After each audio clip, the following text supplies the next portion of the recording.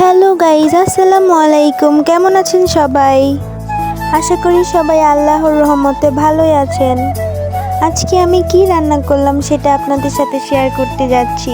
আজকে আমি রান্না করলাম জামালপুরের ঐতিহ্যবাহী খাবার মিল্লি ভাত। চুলায় পেঁয়াজ তারপর আরও মশলা দিয়ে ভালো করে মশলাগুলো ভেজে নিচ্ছিলাম। পেঁয়াজটা ভাজা শেষ হয়ে গেলে আরও কিছু মশলা অ্যাড করলাম তাতে।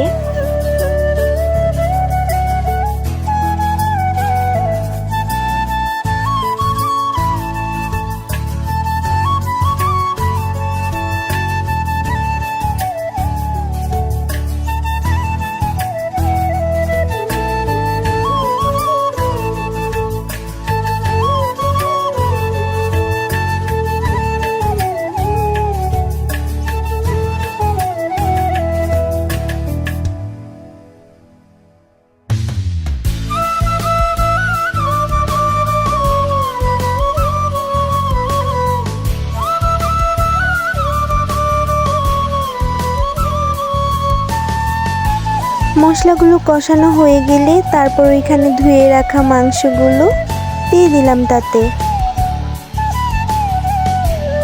মাংসগুলোতে যেন ভালোভাবে মশলা ঢুকে তাই মাংসগুলো ভালো করে নেড়ে চেড়ে দিচ্ছিলাম। কিছুক্ষণ ভাজার পর মাংসগুলোকে ঢেকে দিলাম। তারপর মিলিতে দেওয়ার জন্য পেঁয়াজ বেরেস্তা করছিলাম আর চাউলের গুঁড়া সাথে কিছু মাসকলাইয়ের গুঁড়া একসাথে ভেজে নিয়েছিলাম আর গরম পানি দিয়ে ভেজে রাখা চাউলের গুঁড়া আর মাসকলাইয়ের গুঁড়া একসাথে মিক্সড করে নিয়েছিলাম। তারপর কষানো মাংসতে মিক্সড করা চাউলের গুঁড়াটা দিয়ে দিলাম। চাউলের গুঁড়া দেওয়ার ক্লিপসটা অ্যাড করতে ভুলে গিয়েছিলাম।